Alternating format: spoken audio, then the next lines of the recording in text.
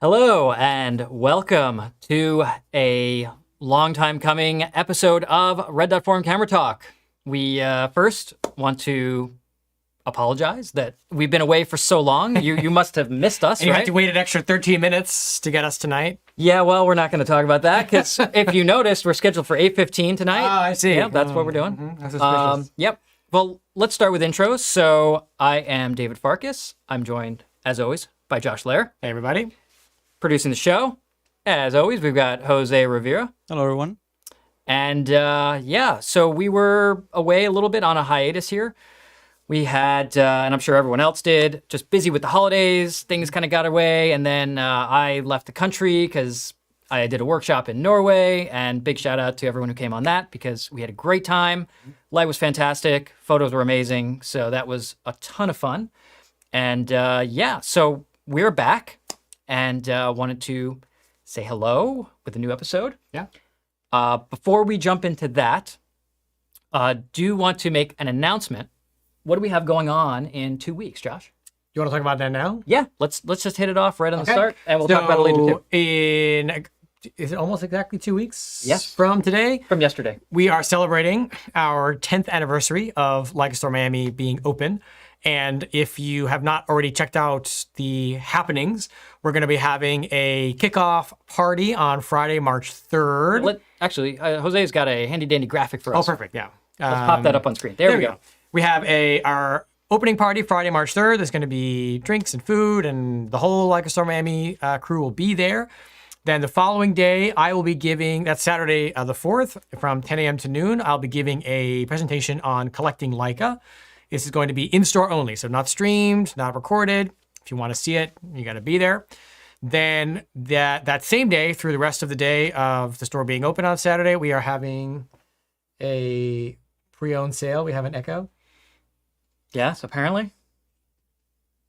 Well, we'll keep going for now. Okay.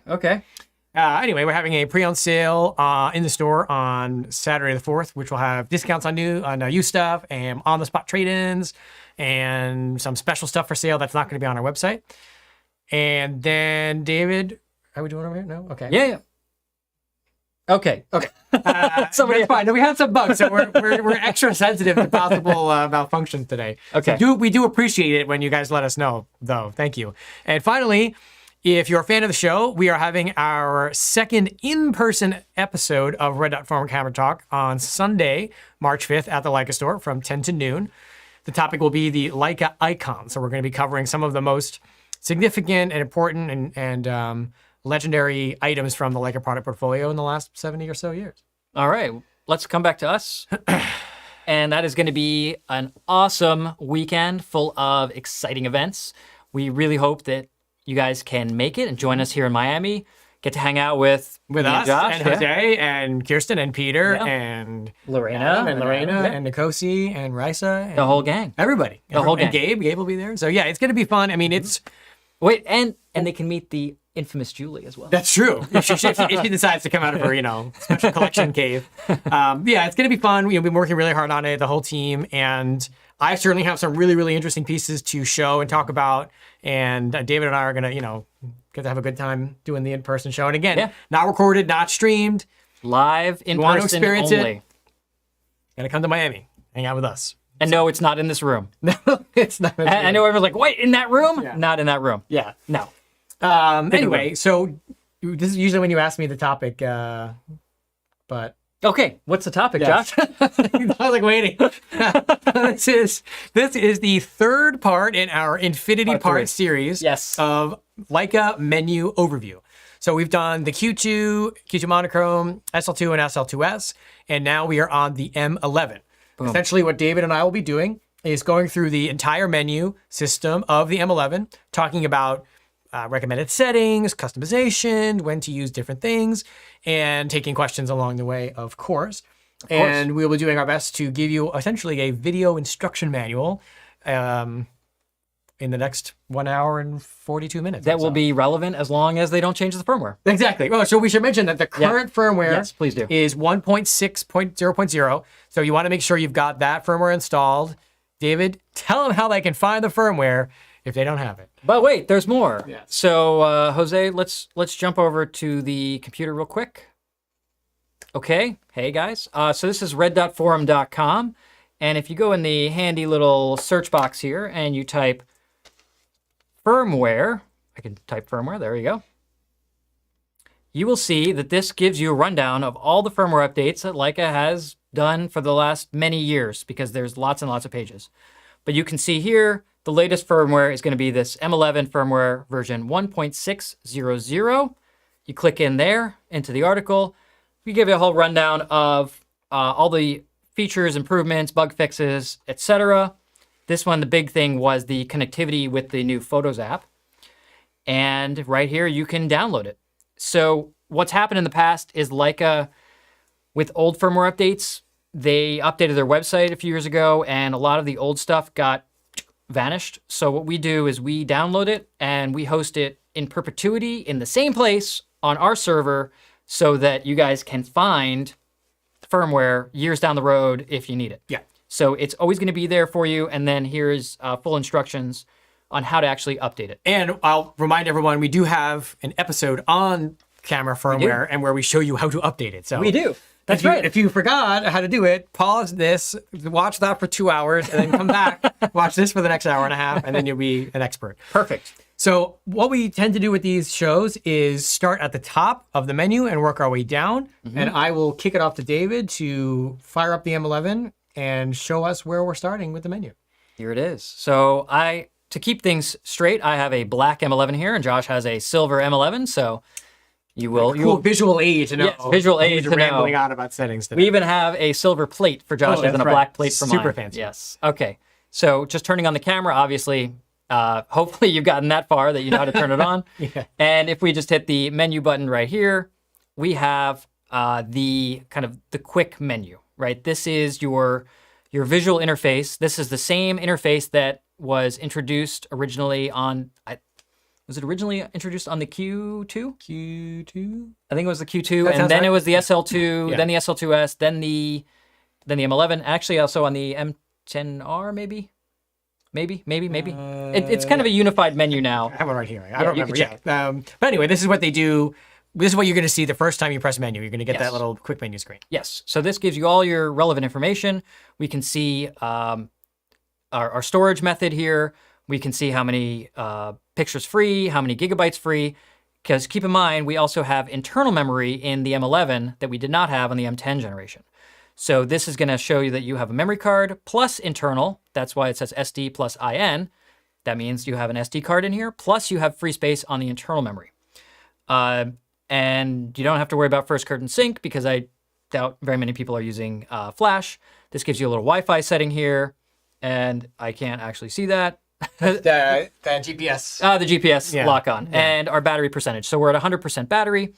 And then your exposure meter, the shooting mode, shutter speed, ISO. Right now we're in auto, and any kind of exposure compensation. I should mention these. Both of our cameras are set to factory default. So this is as it comes. how they come out the box. Yeah. Right. So this basically shows you there, and then let's go along the bottom row here. So we've got our live view activation button, which you can just press to turn on live view, or you can disable live view.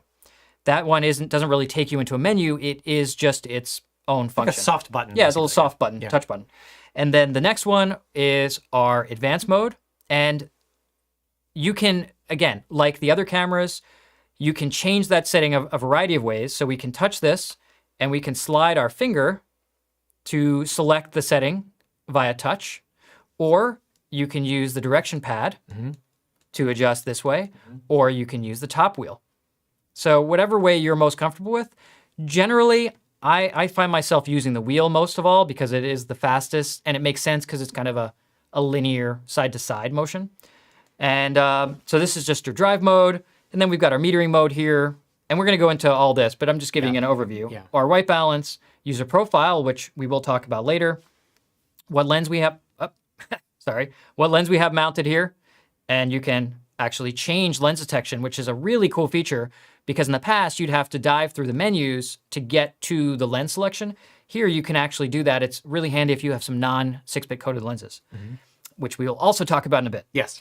we've got our file format here in DNG, and because the M11 has a variable output sensor, right now we're in LDNG, which is 60 megapixel. We also have MDNG, which is 36, and SDNG, which is 18 megapixel. Right now, we're going to leave it in full, in large. And then we have our format button here, as well as the connect to photos. And then this button here just takes you to the main menu. It's the same as just hitting the menu button. So there's a soft button for that. So that's kind of the overview of our screen here. Some things, again, you can touch to change. Other things you cannot.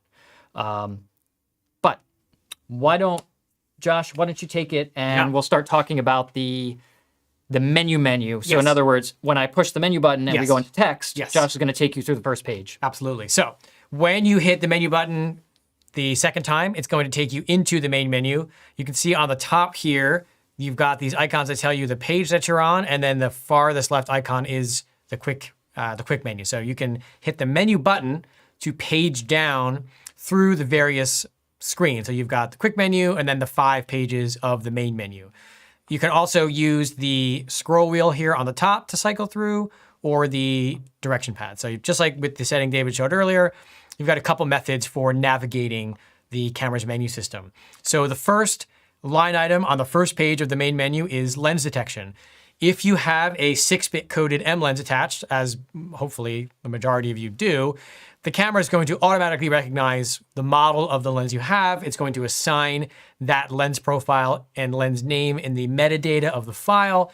It will offer a small amount of correction for vignetting in the corners. So it's nice. It's very convenient. However, if you have a like stuff in my way, like a ghost. If you have a non-6-bit coded lens, you'll have to assign the lens profile manually, and I'm going to demonstrate that with it's a 28 Elmerit version 3. I'm going to pop off the Summilux 35 I've got on here, and I will pop on the. Let's kind of navigate this. Hold on. It's hard to do this upside down. Cut me some slack. Come on. There we go. Okay, let me just get this all looking pretty. If I just leave it like this, it'll drive David, drive David crazy for the rest of the night. Okay, that's nice and good. square. That's good. I know, I ruined it. So now we can, oops, let's see. Go back to the main menu. Let's see. What are you doing? Wait, is this lens actually 6-bit coded? Hold on. Oh, no. Did I grab a 6-bit coded lens? I could have sworn it wasn't 6-bit coded. No, it's not. What am I doing? It's not. Yeah, hold on. Let me turn the camera off. Do it better. Do it better, Josh. Do it better. I may not have clicked it in all the way. This has been a long day. Okay, now that I ruined it more than once. Here we go. Let's fire her up here. Menu. There we go. And now you're crooked again. Perfect. There you go. All right. I didn't turn the camera off. That's why. So it was remembering the last lens that I had attached. Apologies. So you can see now, instead of auto being selected because it's not reading any coding, I'm given the option to manually select my lens profile. And what I'm going to do is go into Manual M. And here is where you can choose. This is the cool part. In the old cameras, you just had to go through a whole list every time you wanted to pick a new lens for a manual lens profile, or you had to make different user profiles for each one. But now you get to choose which lenses show up in the list. So I'm going to turn on the 28 2.8 right here, 11809. So you get the 5-digit Leica product code in addition to the lens name. So this is an 11809. I'm going to turn it on.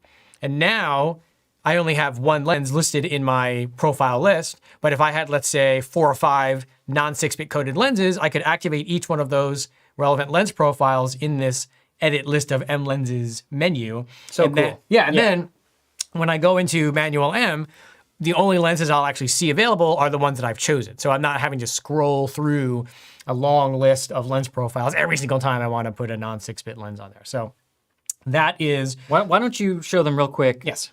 Pretend you had another lens, that you had 3 lenses. In that sure. So then what I would do is go back to Manual M. Let's say I had a 35 Summilux preaspheric, maybe a double aspherical would be cool like that. I would turn that on. And if I had let's see, maybe a 90 Summicron version 3, bingo. And there's 2 product codes here because they're black or silver, that's why.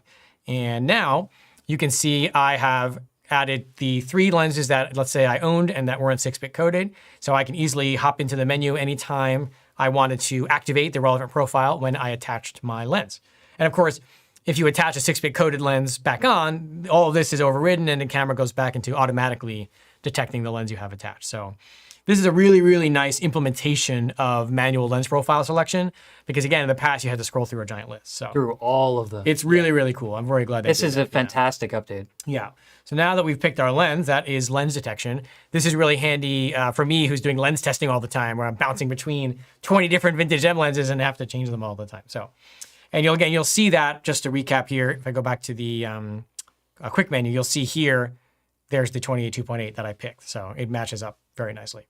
Now, back to the main menu, we go to our drive mode. This is where you're going to choose the different methods of firing the shutter. So 2 different burst modes, low speed and high speed, depending on how fast you want to shoot and how fast you want to fill up your memory. There you go. 2 different self-timers, a 2-second or a 12-second.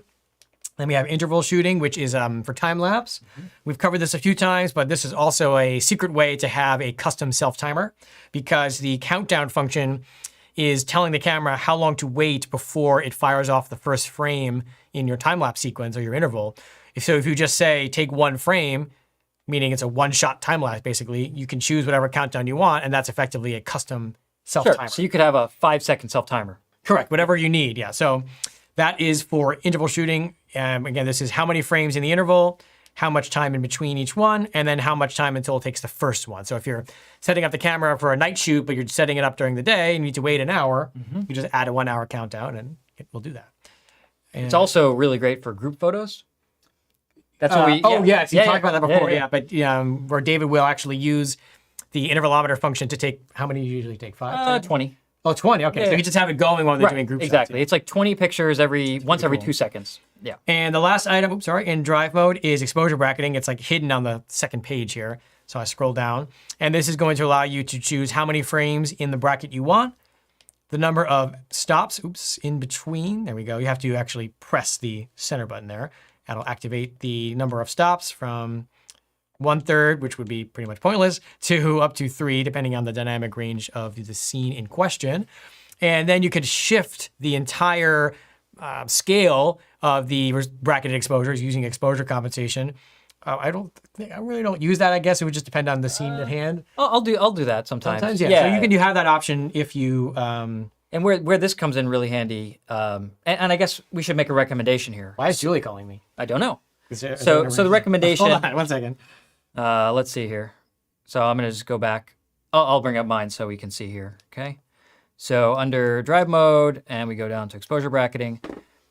So again, this is the default behavior that you saw there, right? Which there we go. Is 3 and like 1 EV apart. It's pretty. This is not the most useful. I would definitely prefer it set up a different way. 3 shots is plenty. I think 5 is overkill in most situations.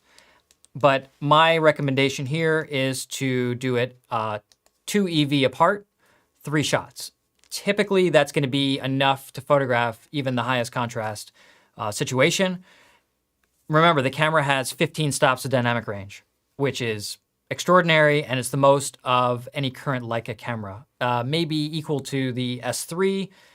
The S3 and the M11 probably have about the same dynamic range, but definitely 1-stop bracketing would just be a waste. I would do 2 stops. So this will give you effectively, because we're shooting 3 shots, a normal, 2 stops under, and 2 stops over, we're getting 4 additional stops of dynamic range when we combine these to an HDR in Lightroom, which means that 15 stops of dynamic range becomes 19 stops of dynamic range, which is pretty extraordinary. Yeah. And that's enough to handle most scenes. So, all right. No, back Julie, to Josh. Julie just thought there was a problem, but No problem. I think we're okay. Nobody has said anything in the chat that we're on fire, so. Wait, we're not? No. Oh I my mean, gosh. maybe. I don't know. Anyway. All right, so that is the drive mode. Thank you, David. Yep. And the next item down in the menu is exposure metering. This is going to be how the camera calculates its exposure and determines what the correct exposure is. You've got 4 different metering. You have spot metering, which is going to take a very small section of wherever you place it on the frame to calculate the exposure. You've got center weighted, which is sort of like the old school M metering method that's pretty solid. It's like 65% of the frame. You've got center. David's favorite metering, which is highlight weighted. That's going to ensure that the brightest highlights in your image are properly exposed and everything kind of falls in from there.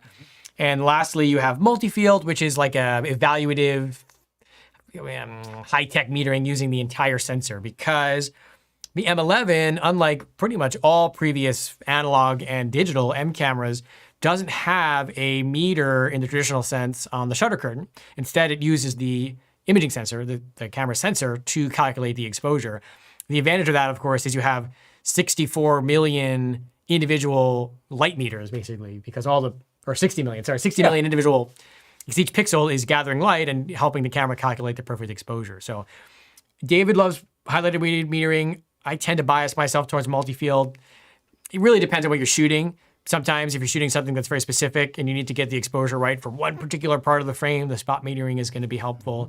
The biggest thing about spot metering is you want to make sure you remember where you left the spot. Yeah. Because if you just leave it in the corner and start shooting away, then your frame, it's going to be a mess. Bad times.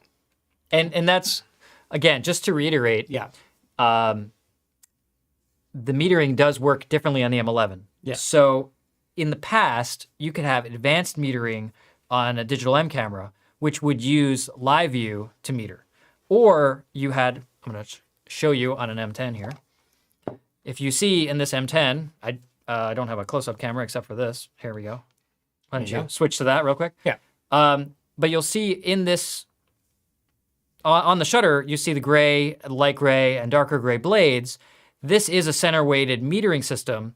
Light comes in, bounces off that, and then there is a meter which we cannot see, but it's down here at the base, and that's where the light is being measured on the M10. On the M11, that doesn't exist. The shutter is open, actually, when you're shooting. So when the camera's on, the shutter is actually completely open. The sensor's exposed all the time, whether you are shooting in live view or whether you're shooting through the rangefinder. That's something that's pretty significantly different from previous generations. But it does make the metering, like Josh said, a lot more accurate in every metering mode. Your spot metering is more accurate. Your evaluative multi-field metering is more accurate. Your center weight's more accurate. And of course, my favorite, highlight weighting is way more accurate. Yes. So it's metering very much the same way that the SL2 does, which is great. Yeah. So we now have very... And the Q2. And the Q2. And the CL. It's just falling in line with the rest of the product portfolio, basically. Yeah, but it's a good thing. Yes. It's a good thing. So if you take your lens off and you see the sensors exposed, don't freak out. It's going to be okay. David, we have a quick question about that. Fire away. Is highlight weighted just multi-field but with exposure compensation? It's intelligent exposure compensation. Kind of. I mean, that would be a pretty good way to put it, because it is looking at the entire scene, not just the middle, and it is looking for the bright spots of the image. So imagine you have a histogram and you have some bright areas on that histogram all the way to the right. The camera's seeing that and saying, where are those? And it's looking for those spots, basically, and dialing the entire exposure compensation down so that it can hold those highlights and make sure that you don't overexpose them. It's not infallible. If the scene is contrasty enough, it will not completely give you a black image. You have to do that on your own. Part of the adventure. Right. Or you have to use exposure bracketing.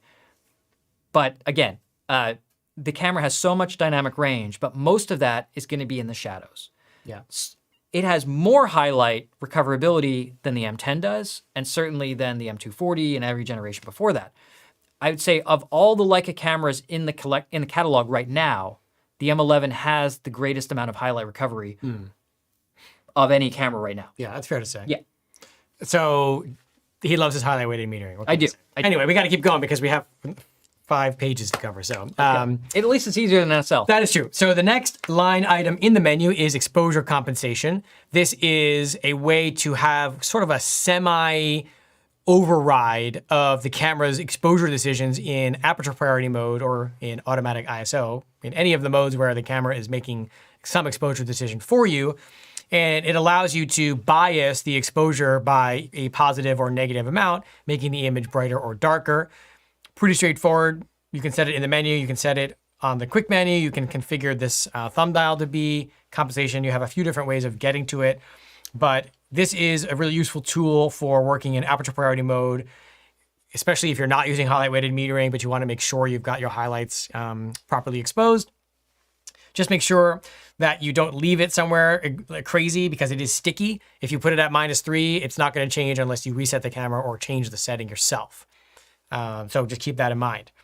Next, we have M-ISO. And what this setting is on the top of the camera is the ISO dial. And in amongst the various positions there is an M position. So it's essentially a customizable ISO position on a dial that has only a finite number of clicks on it. So the M-ISO setting is telling the dial which ISO to activate when you turn it into the M position. That may be a particular third stop you want to use. That may be a very high setting that's not on the dial because the dial only goes up to 6400. I always forget. Yes. Yeah. So if you want to go, but I know, right? You use it all the time. You don't think these things. So let's say you want to have, that's why 12.5 is the default, because it's the logical next step from 6400. So That's where I leave mine. yeah, Or 16,000. Yeah, so that is the M-ISO. Again, just telling the camera's physical ISO dial which ISO to activate when it is turned to M. The last item on the first page is auto ISO settings. This is going to describe the camera's behavior when you have the ISO set to auto, which is the A position on the ISO dial up here. And there's a few things to know here. The first is maximum ISO. This is in auto ISO, the highest ISO setting the camera will be allowed to use. And whatever you put this at is just your personal preference for grain, and also related to what you're photographing. So if I'm shooting in a lot of low light, I'm probably going to put this much higher than this. I'm going to hit my center button and choose something like 16,000. It just will depend on, again, the scene, the lighting, and your personal tolerance for noise and grain. M11 is pretty darn capable at high ISO, so I wouldn't hesitate to turn this up from the factory default. You can even get really good results at 25,000 ISO. Yeah, oh, for sure. The shutter speed limit is the slowest shutter speed the camera is allowed to use before it goes to the next ISO setting up. It will generally try to stay as slow as it can as you'd let it because it wants to keep the ISO as low as it can for the best results. If you see some of these 1/f, 1/2f, what that is F stands for the focal length of your lens. So if you have a 50, 1/f means the camera is going to attempt to keep the shutter speed no slower than a 50th of a second or a 60th of a second. 1/2f is 1/2 the focal length. 1/4f is 1/4 times. So if you have a 50 and you have 1/4f, the camera is not going to shoot slower than a 200th of a second, 4 times 50. So this particular setting just depends on what you're photographing in terms of is it moving, is it static, and also how shaky your hands are. My hands are pretty shaky.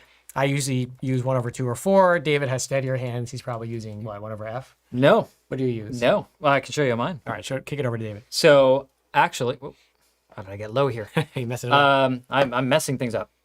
Okay. So I actually don't use the 1/, or 2/, or anything. I don't use the math. Okay. I just use straight up shutter speeds that I know I can handhold regardless of the lens. Okay. So especially because the camera can go up to mine here, 16,000 looks great. I'm going to say to Josh, come to the wide shot because I'm going to ask the question.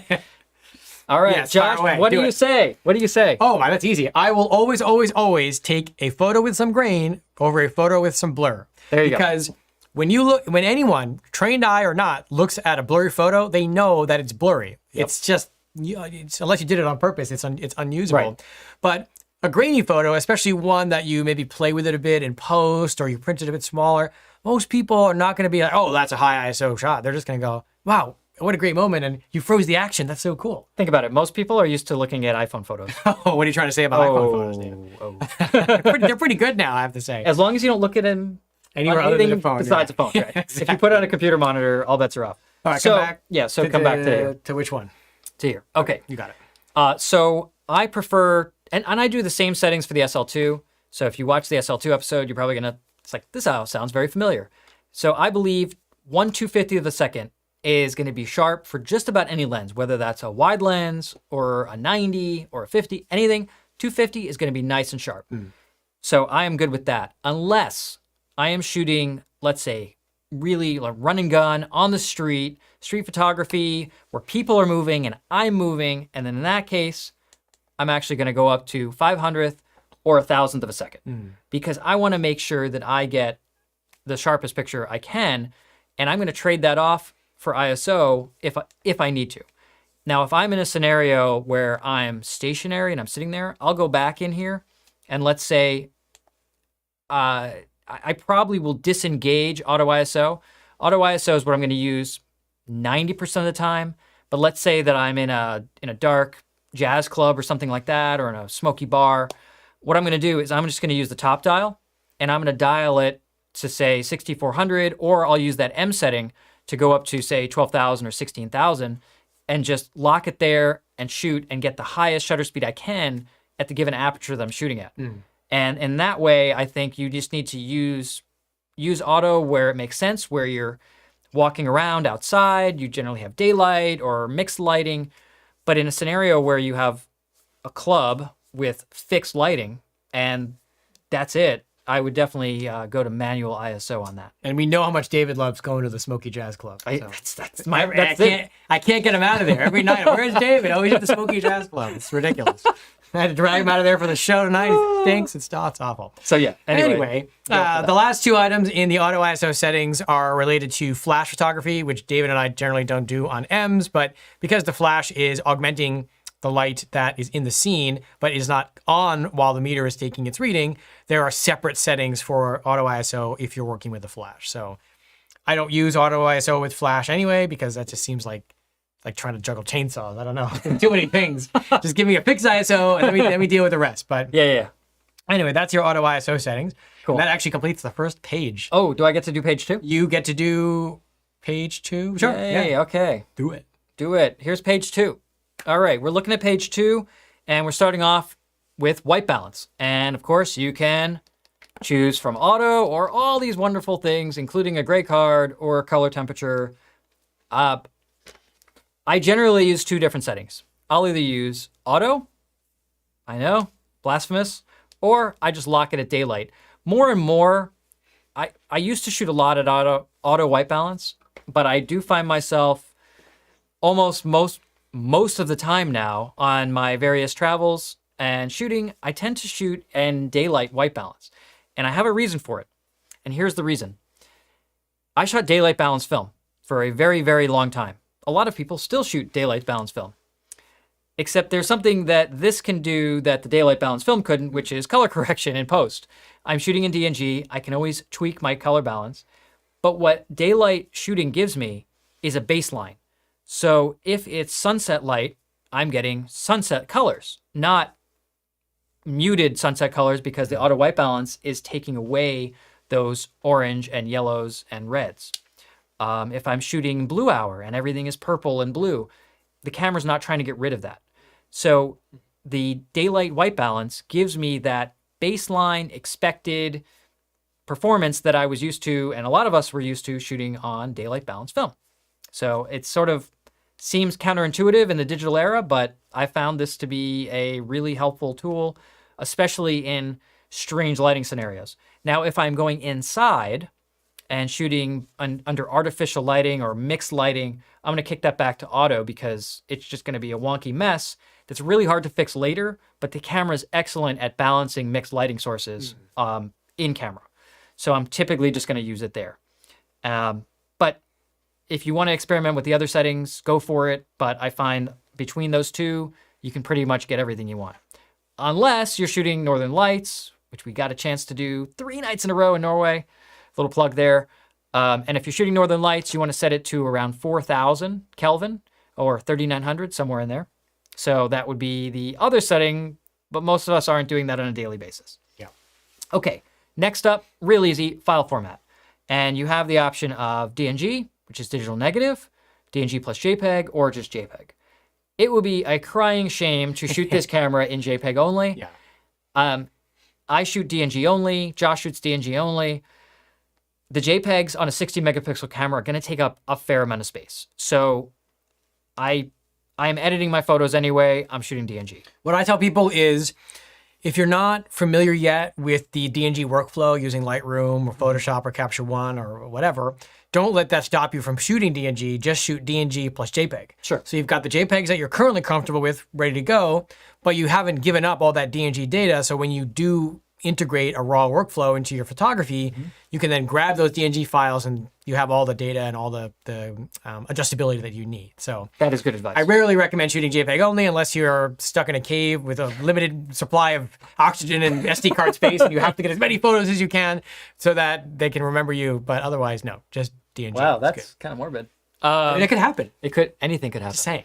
The other reason might be you are specifically using the Photos app, which does support DNG, Yeah. but it takes a long time. Yeah. So if you know that you are going somewhere with the express purpose of sharing remotely and sharing wirelessly through the Photos app, I would then consider using DNG plus JPEG and even maybe a smaller JPEG than the full resolution, Yeah. because you can change the resolution on RAW plus JPEG. So you don't have to be storing a 60 Yeah, but that's in the. You're getting there like 2 settings from now. Yeah, we're so. getting there a little ahead of ourselves. All right. But in that way, you could then share a still very high quality JPEG with friends, families, photo editors, colleagues, whatever, with a real camera rather than, the other thing you carry in your pocket every day. All right. What's so next? we're getting to that. So DNG resolution. Here, I touched on this briefly before. We have 3 settings: LDNG, which you can see is 60 megapixel, MDNG at 36 megapixel, and SDNG at 18 megapixel. These are interesting. There is, and I think we might have to have a little discussion here, but my recommended setting is LDNG. And Jose, why don't you come to the 2-shot of us, because we need to dispel a couple myths here. Indeed. So, the original marketing material, and this I blame no one except Leica. So the original marketing materials for the M11 and in the press briefings for the M11, they said, if you shoot the lower resolutions, we're going to bin all those pixels together and you're going to get, a stop better ISO performance and a stop better dynamic range at each time you go down from L to M to S. You're going to get better. And if you shoot 18 megapixel, you're going to be able to shoot at infinity ISO and you're going to have all the dynamic range in the world. And then we tested it. And those claims are not true. Not that we can see it. Not that we can see, not that we've been able to reproduce. Talking to other photographers, other testers, they came to the same conclusion. Basically, the dynamic range is the dynamic range. The noise performance is the noise performance. But, and I think we've talked about this previously. Yeah, we have 2 episodes on the M11 overall. If you Yes. haven't checked those out, We have talked about this before, but if you shoot at 60 megapixel and you have smaller pixels and more of them, you don't need to enlarge the image to get to your final size, which means the noise is going to be smaller than if you started with lower resolution and blew it up. Hopefully that makes some sense. I also found the noise performance at high ISO, like really high ISO, like 25,000 or 50,000 ISO, to be much finer and much more film-like at 60 rather than at 36 or 18. So that also makes noise reduction a lot more effective. And of any camera that I've ever tested, the M11 files at 60 megapixel respond the best to noise reduction of anything I've ever tested.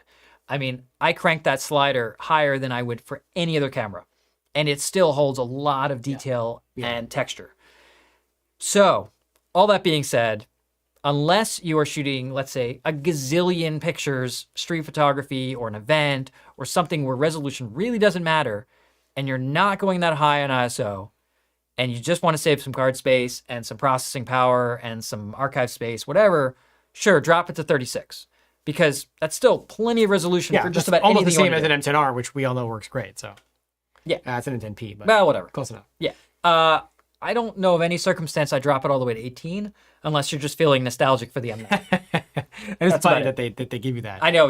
Specifically, it's 18. Oh, by the way, totally unrelated. Nothing to do with what you're talking about. Yeah. If anybody can see the change we made in the studio, put it in the comments. I'll give you a Leica cookie if you. Does it change in the studio? Yeah. Did I not know? Oh. No, I do know. I'd be Okay. very curious to see if anybody notices what's different in what you see. I doubt it. It took me a second, actually. A little trivia. Okay, Yeah. I'm sorry. Carry on. We're going to watch the chat here. Jose, watch the chat. If anybody gets it. What do they get? A cookie? It's not even a thing. But, not a thing. They get a wave and a thank you. There you go. Okay. What's next? Let me go back. Okay, I'm page 2. So that was DNG resolution. Now we're talking about the JPEG settings. And here, max JPEG resolution. And again, this actually is useful. So the JPEG resolution is independent of the raw DNG resolution when you're shooting DNG plus JPEG, which is really neat because I may not need a 60 megapixel JPEG, but and here, I know I just said, who wants to shoot 18? If you shoot an 18 megapixel SDNG,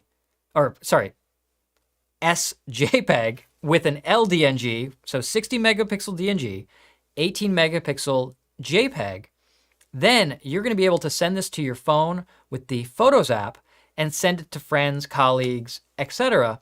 Much more quickly, both wirelessly or wired with the MFI cable, the USB-C MFI cable, and also if you're actually sending them that data wirelessly, they're going to get it a lot faster. If you're posting on Instagram, sending a text message, whatever, nobody wants to get a 60 megapixel JPEG from you. Take my word for it. So that actually is really neat, and that does have some really good usefulness there. You can independently set noise reduction on the JPEGs because the DNGs, like every other Leica, there's no inherent noise reduction being applied in camera. All that noise reduction is going to be post-processing unless you want to apply it to your JPEG. So if you know you're shooting in low light, you can dial this just up or down, plus 1, minus 1. It's not a huge range. Basically, 0 is no, minus 1 is like less than no, and plus 1 is going to be, yeah, give me a little bit of noise reduction. But you can play with those and see what is to your liking. I'm laughing at the chat because we have very little on the table today, so they think it's not the table. It's not the table. The table is emptier than usual, but that's not what we just wanted to have a clear view of the canvas. Okay. Yeah. And then film style applies to your JPEG only. Remember, these are JPEG settings. Well, and yeah. and your live view image. And your playback. JPEG preview. And right. playback. Yeah, your playback image. Yeah. So it's going to apply to the thumbnail for even if you're shooting DNG only and you change these settings, what you see as your preview, both in live view and also in playback, is being applied basically to your DNG. And here, standard is usually what we leave it at, unless, for instance, you want to see how your compositions would be in monochrome. So if you do that and in black and white, even if I'm shooting DNG only, and you can see this in a second, if I turn live view on, you'll notice that that is definitely a monochrome image, even though you can see here, I am shooting in DNG only. I'm not shooting in JPEG. So the JPEG settings affect your live view and they affect your playback. Keep that in mind. But a lot of people want to know, hey, I want to compose in black and white, but still have a color image. Or let's say, I'll give you another use case for DNG plus JPEG. I've had people where they say, okay, I want to have a black and white reference photo, which is the JPEG, and then I want to have a color DNG that I can tweak and process to get that look. So those are some really handy dandy little tricks that you can use. And you can also tweak these settings as well. So if I want to adjust that monochrome setting, I could change the contrast and the sharpness to suit. If I'm going into, say, the standard settings, it gives me the addition, because it's a color one, I also have saturation in addition to contrast and sharpness. So you can kind of tweak these a little bit to your liking. So someone said no Enzo. They are correct. Enzo is at the doggy spa today, so he's not under the table, but there's no way to know that. I'm going to tell them because I think we've given him enough time. Really? So yes. Wait. Should I move? Well, if you've watched any of our last did episodes, nobody get it? Nobody got it. Nobody got it. You probably maybe didn't even think about it. These hideous 1980s era green office chairs. But look, now we have new chairs. Woo! It only took us 60 episodes in 3 years. Yeah. To get new chairs. I put these together. Did you really? During the hiatus, yeah. I'm a little bit nervous now about sitting on them. No. So I just couldn't resist seeing if anybody. They can't see it here. Like, no, but they can see it. the green chairs.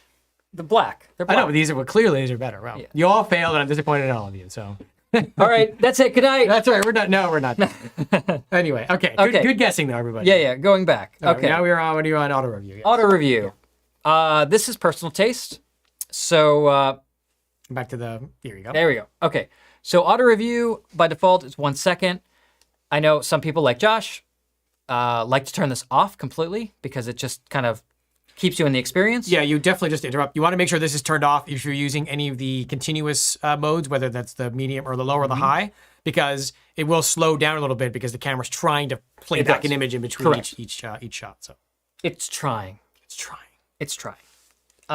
Right. So if you go off and you have a continuous low, continuous medium, it will be faster or the correct frame rate because it's not trying to play back the image on the screen as you're shooting. That is also true. New chairs are underwhelming. My butt doesn't agree with you. Well, they're much more comfortable. Okay, so you have 1 second, 3 second, 5 second, permanent. I know that sounds like an awful lot of commitment there. That just means that permanent means it's going to display on the screen until you have pressed the shutter button.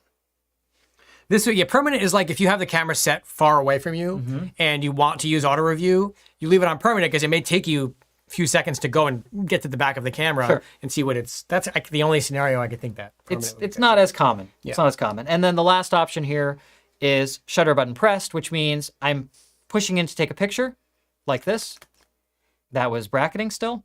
Yeah. I was gonna, there you go. There we go. So if I take a picture, and whoop, did I not actually have that auto you auto didn't review's actually off? set it. Right. So if I have shutter button pressed, as long as I hold, as you can see my finger turning white up here, as long as I have this pressed, it will be auto reviewing. As soon as I let go, we're back to live view. Now maybe that's not as evident because, Right, because it's a picture. Of I know a picture of a blob. You're doing great. I know. You're Here. doing fantastic. Okay. They get it. They get Whatever, They get that- the idea. right? They So- get the idea. Okay. Right. And look, I've taken it away, drop that, and now when I let go, we're back to live view. That's nominally better. Thank you. I know. So that's not a bad one because you're controlling when you review it. But if you've ever watched the show before, you know that I hate auto review because I don't like to be forced to look at a giant light bulb in my eye every single time I take a picture. I love light bulbs in my eye. If I want to look at the photo I just took, I'll press play and look at it. But I just personally don't like being forcefully bombarded with the photo that I just took. The other problem with auto review, if anybody's around you and they see the photo pop up, they may be like, "Oh, show me that photo." You know, it's like, leave me alone. So Yeah. the screen just stays off on my camera. But what if you're using the VisiFlex? True, you can have auto review in the VisiFlex. That's even worse because then your actual view is being interrupted. It is. Right. You can't see anything. I don't want that. So I will say a little public service announcement here from your parents. What? Just saying. Are we your Leica dads? We're your Leica dads. So here's a little advice from your Leica dads, which is Don't ever say that again. okay. I'm trying to get a thought out here. I Okay. know. All right. So what I'm saying is I have seen too many people just not reviewing anything and they get caught in the moment because photography is fun, it's exciting, and you're like, yeah, I'm getting it. And they're shooting and they're shooting and they're shooting and they're shooting. And then they go to review and then they start getting all that lovely highlight flashing because they've inadvertently, knocked the ISO dial or the exposure compensations +3.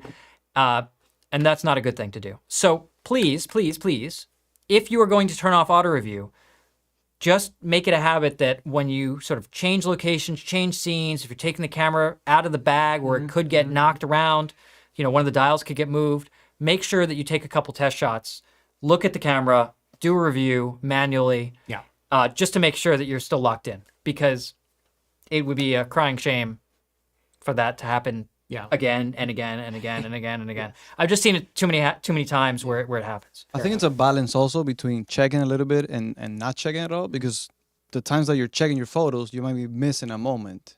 But, that just depends on the type of photography that you're doing. But, yeah, just make sure that you're...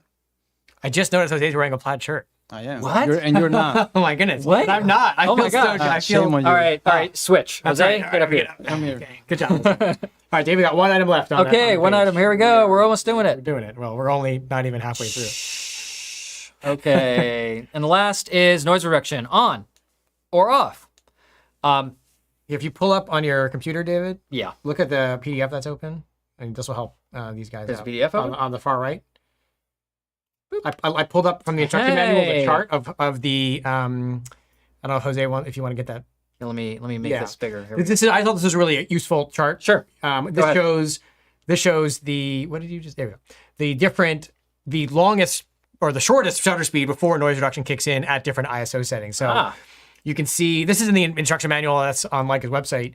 So you can see. I'm going to zoom in. So this way you know if you really don't want noise reduction to kick in, but you want to leave it on just in case, you just keep your shutter speeds faster than any of these at that particular ISO setting. So if this is like a major concern for you, you can just screenshot this and keep it in your phone or something. But this is, again, this is a section from the M11 instruction manual that's actually pretty amazing. So noise reduction at ISO 64 through 125 only comes on if the shutter speed is longer than 160 seconds. Yeah, it's almost 3 minutes, which is amazing. Yeah.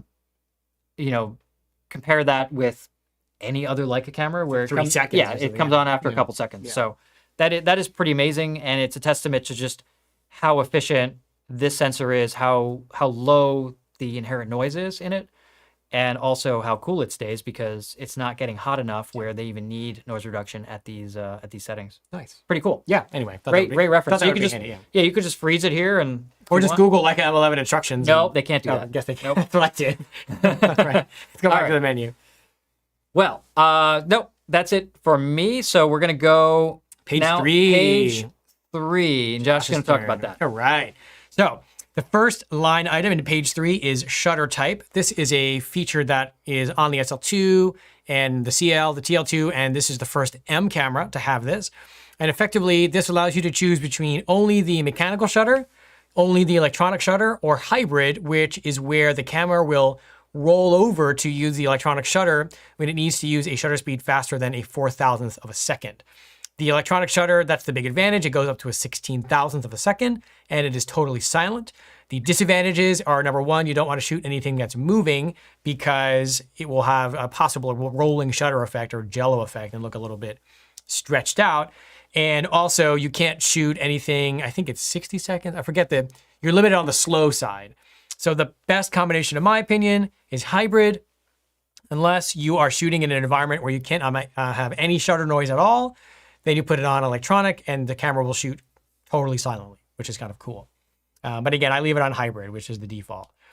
Flash settings, I'm not going to spend much time on this because we don't use flash. This is just determining when the flash fires at the start or the end of the shutter and what the shutter speed limit would be if you had a flash on in aperture priority mode. So, because you don't necessarily want too slow of a shutter speed because then you're going to have shutter drag and it may or may not be what you want.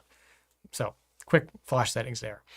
Digital zoom, another new feature on the M cameras. They have this on the CL as well.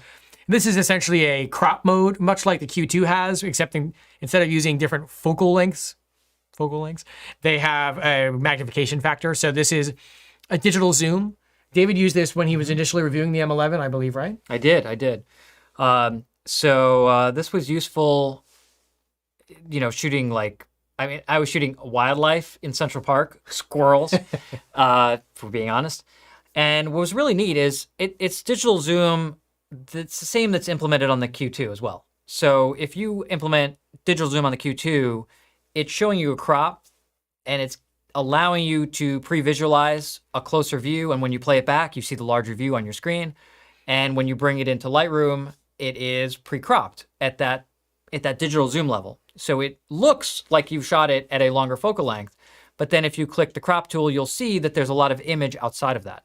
So the digital crop doesn't get rid of the surrounding pixels. It just pre-crops it in the metadata, which is really useful because you have 60 megapixels. Yeah. Do we have numbers on what the 1.3 and the 1.8 is? Not off the top of my head. I should know that. It's probably in the instruction manual, which is it probably is. You could look it up while I'm talking about other stuff. I might be able to. Yeah. But let's keep going. So we're making good progress here. Next, we have perspective control. This is a feature that is also new for Leica. And what it does is allow you to tilt the camera up or down while you're shooting like buildings or some sort of structure. And the camera will use the internal gyroscope to figure out how much correction that image will need to make it straight up and down. And then it brings it into Lightroom corrected, which is pretty cool. I don't shoot a lot of buildings. There you go. So I have it right here. you have here we go. But anyway, that's perspective control. Oh, David is pulling up the, so if you're at, Hold on, here you we wanted go. to show this? Okay. Yep. Oh, there we go. So these are the resolutions of the JPEGs if you have either of the crop modes or the zoom modes. Oh, I should activated. clarify. Yeah. So the DNG does not crop, the JPEG does. Yeah. Right. So if you're shooting DNG plus JPEG, you are not ever going to be to get the surrounding pixels from your JPEG. Yeah. You will be able to get them from the DNG, but this is your equivalent resolution. So if you are in 60 megapixels off, you're getting 60, 1.3, you're getting 39, and you're getting 18. So it's really close to the L, M, and S resolutions that you could also select. Interestingly, right? Interesting. Yeah. Okay. Except, well, one is actually cropping it. The other Yes. one is just changing the number of pixels. Correct. Without cropping it. Correct. So it's a different method of reducing your resolution. It is, and of course you can see that we're losing here Yeah. as we go down. Just crop later if you need to. Crop Just later. whatever. All right, let's go back to the camera here. Okay. The next line item on page 3 is customize control. In here, we're going to find a few different ways to customize how the camera behaves. The first one is the favorites. By default, they are all turned off. If I turn on a few of these just to demonstrate, I'll just pick a few random ones. Now, the first time that I press menu, I still get the quick menu. The second time, now you'll notice in addition to the 1, 2, 3, 4, 5 and the quick menu icon on the top right, there's also a little star icon. So the second time I press the menu button, instead of taking me onto the first page of the main menu, it takes me into the favorites menu. So this is a customizable menu where you can have any settings you want, very quickly accessible. It's convenient. I don't use it that much because I'm using function buttons, but if you have a number of different settings that you're frequently changing, you can see you have a significant number of options in the menu to choose from for the favorites menu. So that's where you do that. Reset favorites is just resetting it all back to off. You just do it manually. I've never used this feature, but there you go. Customize wheel. When they refer to the wheel, they're talking about this thumb dial here on the top right. And this could function as exposure compensation. So if I set that, and I'm just going to half press, you'll see, maybe you can see, my little exposure compensation scale is changing here on the bottom. If you go to push the menu button, it'll show you. Oh, right. Good point. Yeah. You can see, well, no, the menu button, you have to. Oh, okay. Yeah, it's different. That's, you only see it here. So this is a quick way to change exposure compensation, just keeping in mind that it could be done by accident if you're not careful. I can also have it be the focus aid, which you're not going to really be able to see. But basically, Here. I have a lens cap on here. Also, Hey. doesn't help. Oh, that's pretty close. Well, it's a wide angle lens, so yeah. Here, put the thing in there. There you go. there we go. What we're talking about? Wheel. Oh, right, The wheel. focus aid. Okay. So if I turn the wheel, it magnifies, it's the focus assist or the focus aid, but this is a way to do it without having to turn the focus ring on the lens. I don't really do it this way. I prefer exposure compensation, but it just depends on what you're shooting, how often you're magnifying, what lenses you're using, etc. Okay, well, I'm going to turn it off for now. These last two functions are describing the light. There's an LED right here and an LED, which you can't see, on the bottom of the camera. If you're shooting in an environment that's maybe really dark and you don't want someone to see lights blinking on the back of your camera, you can turn these off. Just be aware that even when these are off, when you turn the camera off, it will still blink if it's still writing to the card or still processing something, even if you have these turned off, just because it doesn't want you to pull the battery out before it's done doing what it has to do. So it's not 100% off all the time, but this will prevent anything from blinking almost all the time. I don't know if I've ever been in an environment where those tiny little lights make a huge difference, but cool, I guess. All right. The last item This one's a big one. on the page, on the page of 3, the third page. Oh boy. Capture assistance. So what capture assistance is describing what it is you are seeing on the camera's live view or in the VisiFlex, which is a reflection of the live view, along with a few other minor tweaks here. So the first line item inside the capture assistance menu is info profiles. You have 4 of them. These are the different views you get during live view. You can cycle through the up to 4 different views.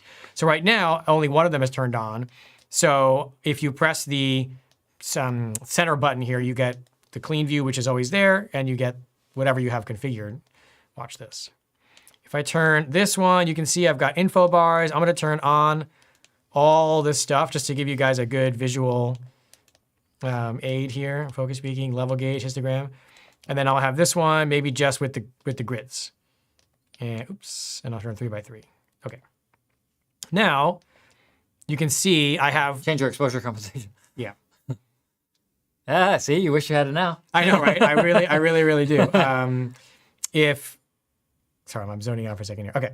Where is it? EV right there. Yeah. Top. Oh, so I have to follow. There's a huge glare on the back of my screen that you guys can't see, so I can barely see what's going on, and I'm not trying to. Okay. Sorry about that. Now, capture assistance. I have activated 3 different info profiles, or excuse me, 2 different info profiles. Now, I should mention the clean view, which is no information of any kind, is always available. It's unrelated to the 4 profiles here. And what I mean is, right now I'm in what I call the clean view, which is there's nothing. If I half press the shutter, it's going to give me the basic exposure data on the bottom. If I want to cycle to my other info profiles, I'm going to press the center button here, and that's going to cycle between the 3 different info profiles that I've created. And here's the one that has all the settings turned on.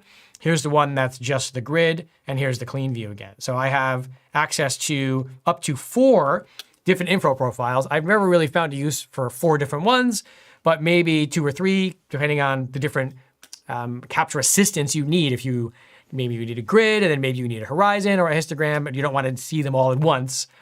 Info profiles is very handy for that. Sure. And we can share some recommendations here as well. Sure. I mean, I generally prefer the clean view and then one with grids for what I'm doing. I'm going to be out shooting tomorrow with a different camera, which works the same way. And I have one which has nothing, the clean view, and I have one that has the grids, because the 6x4 grids, because I just happen to like that compositionally. I also like the 6x4 grid. Yeah, it looks nice. So let me walk you through. Yeah, do it. So, because Josh already customized his, I'm going to go through this one, right? So,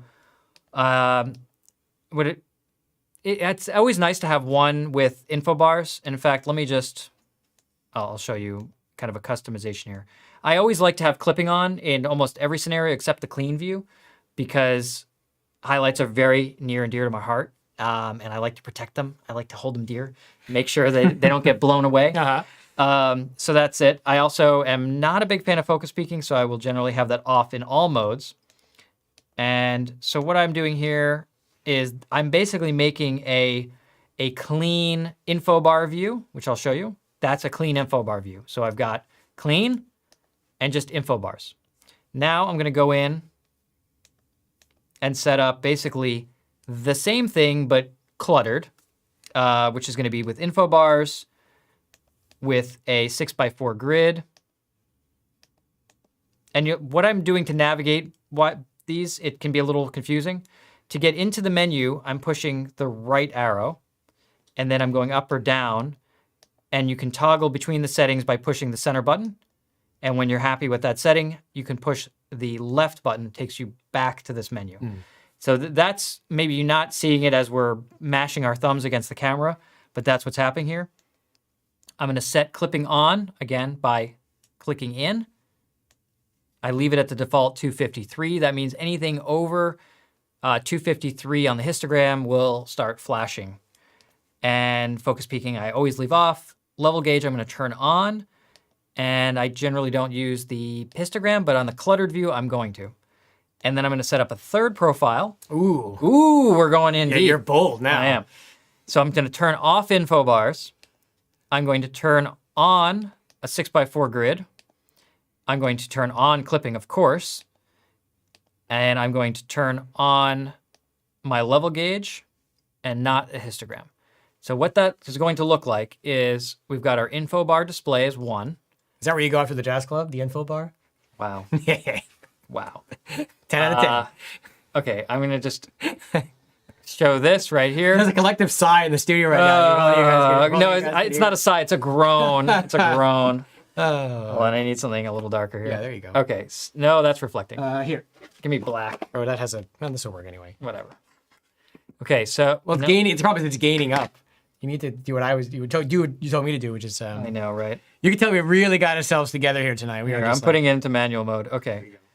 So now we can see there. Oh, wow, it's blowing out. That's fantastic.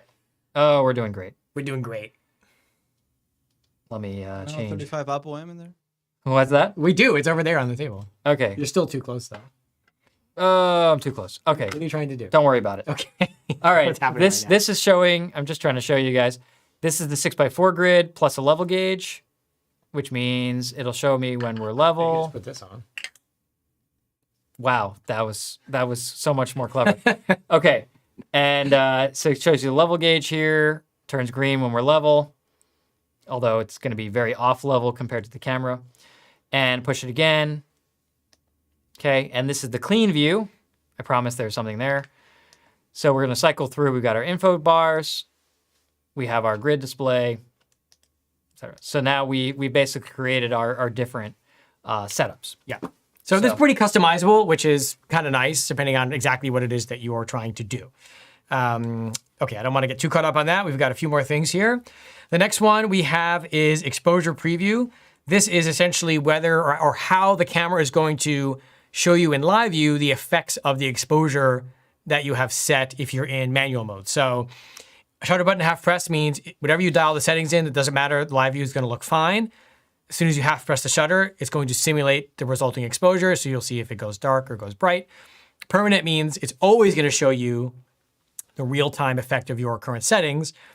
And off means it's never going to do it. Off is for shooting with studio lights where you don't want the live view to be getting darker and brighter all the time because your shooting settings are so much different than the ambient light.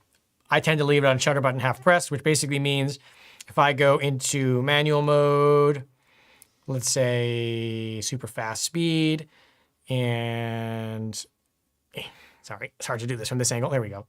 Go to low ISO. Okay, so now, even though I have a crazy manual exposure dialed in, the live view is still visible.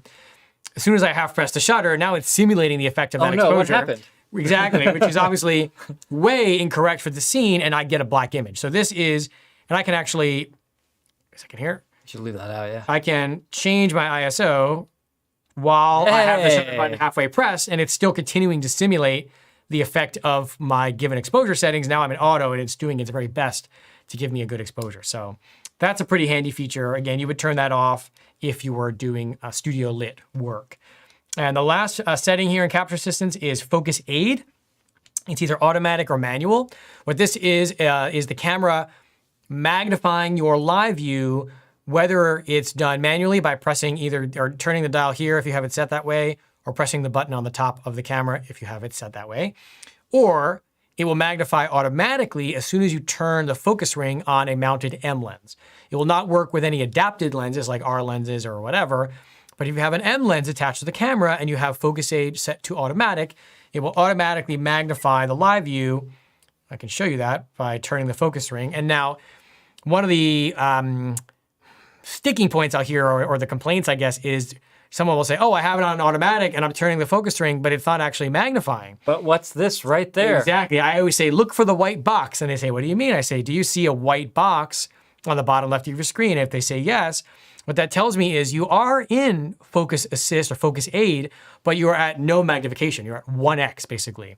So to remedy that, while you see the white box, meaning while you're in the automatic focus aid mode, turn the thumb dial either 1 click or 2 to activate 5x or 10x magnification. And what's cool is this feature is sticky. So if I half press and I go out, as soon as I turn the focus ring again, it's taking me back to the magnification level I used previously. So you don't have to constantly be changing it. Depending on the lens you're using and the scene you're photographing, you may prefer the 5x or the 10x. I use the 10x a lot with wide angles and the 5x with telephotos, but it's up to you.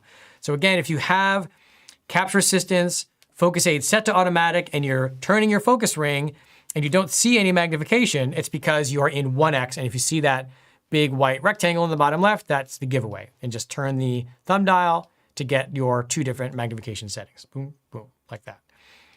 Okay. That is it for Capture Assistance, which means we are on page 4, which means you're up. You know we didn't cover though? What did we cover? As much as we don't like. Oh, focus peaking? Yeah. Yeah, you want to talk about it? Sure. Okay. So even though I'm not a huge fan of it, some people do find it useful. It's crooked. It's disgraceful. Better. So disgraceful. Yeah. Okay. So under focus peaking, if I, again, push the right arrow and I have it set to on, then you can see the color, and we'll select that. We can do red, green, blue, or white. And the reason for the difference in color is just depends on your subject matter. If you're going out into a green forest, you probably don't want to have green focus peaking because it's going to be really, really hard to see. So you want to pick a color that's opposite to the primary color of your subject. So if you're going out in the woods and it's a lot of greenery, I'd pick red. If you're shooting people, you don't want red because you have maybe warm skin tones or red things. So generally green or blue is going to work better. Blue may not work great if you're shooting someone against a blue sky. So pick your poison there. The cool thing is also if you're in monochrome view, the focus peaking is still in color, which actually can be probably the easiest mode to actually use focus peaking is if you have your JPEG preview set to monochrome and you have your focus peaking set to any color you want, because then nothing is going to interfere. The only color you'll see is your focus peaking. And you'll want to make sure that you play around with the sensitivity. Probably want low is going to be more accurate. High sensitivity is going to give you some false positives. It's better for vintage lenses or lenses with very low contrast. Right. The high. Right. But for modern glass, low is going to be a better option. Before you actually get on page 4, I want to talk about 2 things that are relevant. Sure. Yeah. Number 1, we have a couple of slots left for the Paris workshop coming up. You want to you want to pull that up for me if you don't mind? I think Peter said we have. Let me tell you how many slots we have left. 3. We have 3 slots. 3 slots left for Paris, and it is in May 29th to June 4th is the Paris workshop with Louis J. You can find it on our website. So if you want to join us in Paris, now is your chance. I just put the link in the chat. Thank you, Jose. Excellent. That's the first thing I wanted to mention. So that is a super cool workshop. And only 3 spots left. Only 3 spots left. Very exciting. I will be leading this one with Kirsten, who you hear lots about, as well as our photographer, Louis J. So this is going to be a fantastic trip. We did this last summer and had a great time. We had a wonderful group, great photos, great weather, and I mean it's Paris, so what's not to like about that? Well, we have a Parisian in the studio, so we're slightly biased. I can see him over there. It's not Jose. No, it's not. Or is it? Or is it? So the other thing I want to talk about is a new bag. Now, you know me, and you know I love camera bags. Well, before we get to that, what? In case anyone joined us later. Oh, 10-year thing. Yeah, we want. Right. Yeah. We want to just go Friday, March 3rd, Saturday, March 5th. March 4th, Sunday, March 5th, we've got our 10-year anniversary celebration for Leica Store Miami. We encourage you to join us. We've got an in-person, or we have a party. I'm doing a lecture on collecting Leica. We have an in-person episode of Red Dot Forum Camera Talk. We have a pre-owned sale. It's going to be awesome. We encourage you to come from all places. We have a lot of out-of-towners coming in. All the listings are on our website. There's hotel recommendations, airport information, whatever you need is there. Check it out, RSVP, if you can. We would love to see you. That's and Jose, pop up the big slide here just so they can see. Yeah, there you go. Yes. So, Sweet. That's us. We're not talking. Screenshot that, people. We better see you there because I have some really, really cool stuff to show. Stuff that is not going to be for sale. Stuff that you're not going to see on Red Dot Forum Camera Talk. Just, you got to come and see it in person because these events will not be streamed or recorded. You got to be there. Okay, that's that. Okay. Now, before we get on to page 4, because page 5 is very short, so yes, it is. It's really just one page left. Yep. We need to talk about a new camera bag, but there's something very special about this camera bag, which is that I was involved in the creation of the bag. Hey, now, I'm going to move this for you. Thank you. I'm going to grab, this is an M10, something M10P, but for the sake of this discussion, will it work? If you're like me and you shoot with M bodies a lot with the VisaFlex 2 attached, or the 020, or even the EVF2, it's a pain to constantly have to remove it and reattach it to the camera every time you take it out of the bag, because most camera bags for M are skinny and the M bodies don't fit well or at all with the VisaFlex attached, or if they do, it's a very precarious arrangement, and I'm always worried about undue pressure or the VisaFlex getting torqued or snapped off. So in a discussion with the folks at Oberwerth when they visited us last year or so, I had asked, could we design a bag that was designed around the M body with the VisaFlex attached so you could easily and safely store it and transport it without having to take the VisaFlex off. And we have now that bag. Forgive the white. This is brand new. I didn't want to totally ruin it. This is the new Oberwerth Louis VisaFlex bag. This bag was designed to accommodate any digital M with any of the EVFs attached very easily. And the way this works, I hopefully can get this on the overhead. Let's see here. You'll notice the first thing is this bag is a little bit deeper. And that's for a very specific reason, obviously, to accommodate the M bodies with an EVF. Let's see. I think. Can you get it? Yeah. Oh, okay. Yeah. Yeah. There you go. There we go. So, all right. So here, this is kind of a wild looking shot. It's like guts. So this is the inside of this bag. I wish it was a little bit lower, but that's the focal length we're at. And what you're essentially looking at is a slightly deeper. You're really gonna zoom it out? I am. Okay. Oh no. Oh, that's the focus. That's focus. Oh, now we did it. Hold on. I don't know what's happening right now. David is. Okay, go now. Oh, it's out of focus. Oh, it looks great. Thanks. The bag is actually out of focus in real life. It's fascinating. I don't know how they did it. Some kind of German engineering. Okay. Go. And that is go. Hey, look at that. All right, people. Thank you. So this is the inside of the new M11 VisaFlex bag by Oberwerth. And the first thing you'll notice is it's a little bit deeper. So it's designed to accommodate the body with the VisaFlex attached. And it has these cool little adjustable or removable blocks that are soft. And the way they're designed is to perfectly accommodate an M body with the VisaFlex attached. And the little pad gives the VisaFlex a very comfortable place to rest. It will not be torqued or moved around. There's also a little little flap that covers it if you want. The back of the bag is designed with extra padding, more than normal, so you don't feel the VisaFlex like digging into you like on some other bags. So it's really, really well designed to accommodate an M body, again, not just the M11 with the VisaFlex, but any M with any of the EVFs without having to remove it.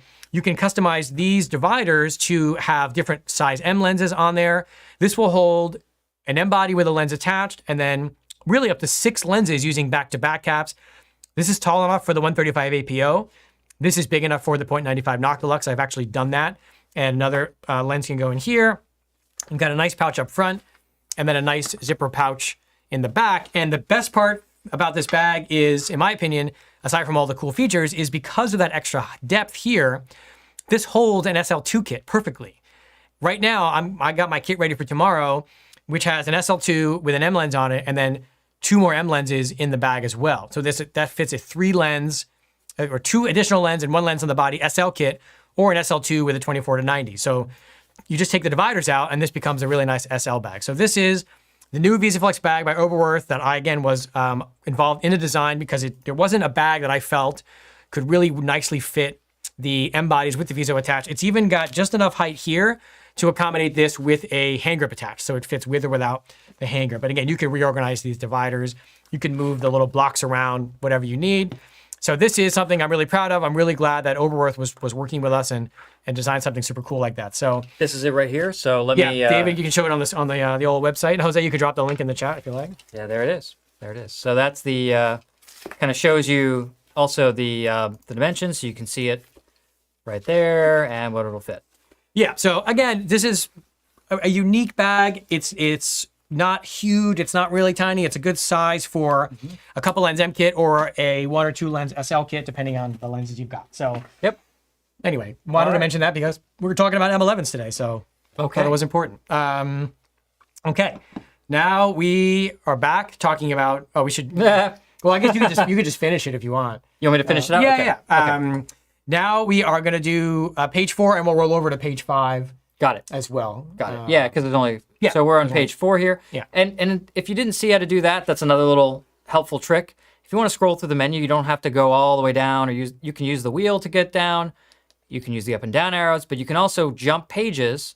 You notice how on page 1, I can jump full pages by hitting the menu button. If you didn't know that already, now you do. So we're on page 4, although I do feel like this would be right up your alley, Josh. Oh, you want to talk about user profiles? Yeah, talk about user profiles. Well, I can talk about it while you demonstrate. Sure. Oh, this one actually has a profile. Yeah. So user profiles. We've talked about this many times, and I'm always happy to talk about it again. Can you put David's camera up? Sorry. Actually. What? Actually, yeah. Flip back to that, Jose. Josh can talk about something. Josh can talk more about the bag. Tell us about the colors, Josh. What? What colors does this come in? It only comes in black. There you go. With red stitching. Okay. Yeah, it's like the Model T. Oh, David's going to zoom into my M11 for me. Yeah, so he's just tweaking this set for me. Thank you, David. This is a very high-tech studio situation we have. If you could see David standing here, you can't. I could poke him. Please don't. Please don't. It's not going to poke you. Don't worry. Okay. Anyway, yes. This should be called the Josh bag, personally. No ego. Yeah, there. who's Louis? I don't know. Who's the Because Louis Louis guy? is like their theme of like that sort of style, so sue me. Okay. User profiles. Now, we've covered this before. I'm going to cover it again. What is a user profile? A user profile is a snapshot of all the current settings on your camera stored in a way that you can recall it at any time. So if you have a particular configuration of settings you use for a particular kind of photography, you can save those, you can name it, and when you're going to do that kind of photography again, you can instantly recall those settings with a single activation versus going into the menu and changing all of those settings over and over again. It could be as simple as 2 or 3 menu changes, or it could be 10 or 15 menu changes. It just depends on what you're doing. You can have up to 6 user profiles in the M11, all of which can have completely different settings, as crazy as you want. You also have the default profile, which if you don't know what that is, that's essentially resetting the camera without resetting it.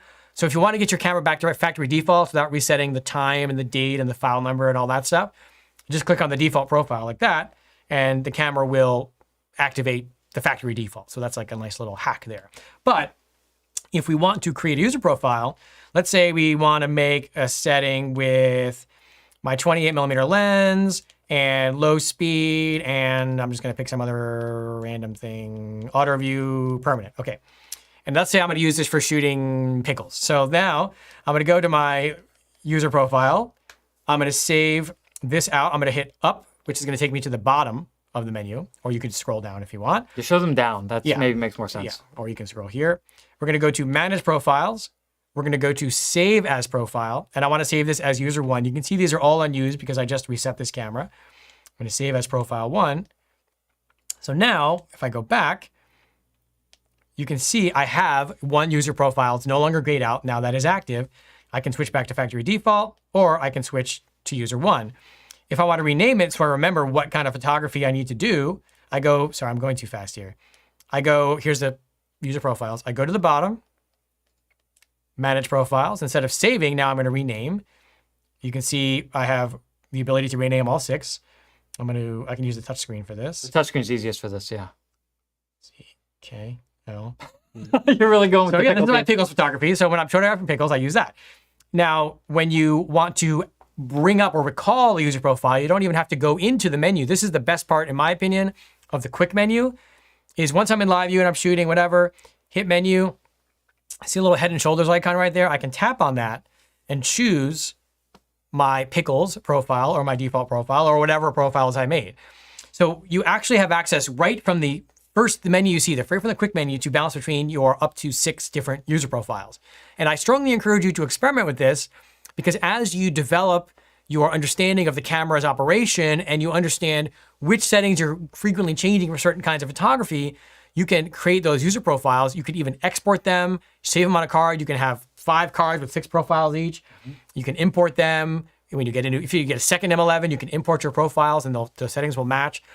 And I think user profiles are probably one of the most underutilized features on all Leica cameras, not just the M11.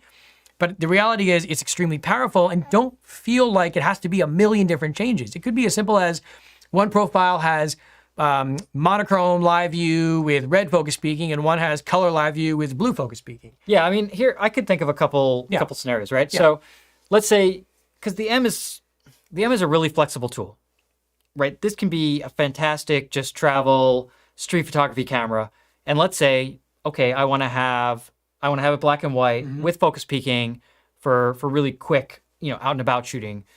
I can do that. But let's say I want to also have an architecture, because I'm traveling with this camera and I'm going to go and shoot some cathedrals with it. Okay, great.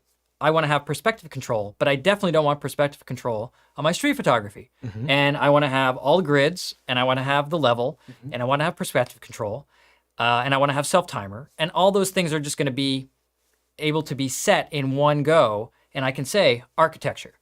I can have another one that's landscape, and I can have that set with my bracketing settings that I use. And, you know, turn off JPEG and have our compositional aids. So you can have a few things. You could have street, you know, architecture, landscape, and let's say family, where if you're shooting the family preset, maybe you include an 18 megapixel JPEG, right? So that you can easily then send it out to your phone and share it with family members with a reasonable sized image without having to monkey through the menus. So there's definitely, I can't think of 6 different scenarios, but that's me. Yeah. But I could think of 3 or 4 that would be really handy to have and be able to just change them at a moment's notice. Yeah. Right from that quick menu and just selecting the profile, then everything changes. Also, I could think of auto ISO changes, right? You would have different auto ISO settings. So let's say with, again, architecture, where I'm going to use a tripod or landscape, I want really low ISO. Or I'm going to go out night, you might have a night mode, and you have much higher auto ISO settings. So definitely you can think of how you want to use the camera. Yeah. And I would look at Steve's question here. Yeah. She says, can you reset all profiles to default without clearing out all camera settings to factory? I don't think you can, because you can't delete a profile. You could.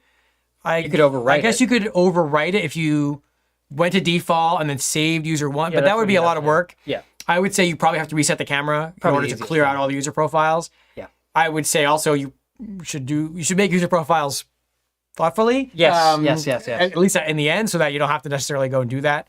But you're correct. There's not really like one way to just clear them all out that I'm aware of. Okay. Yeah.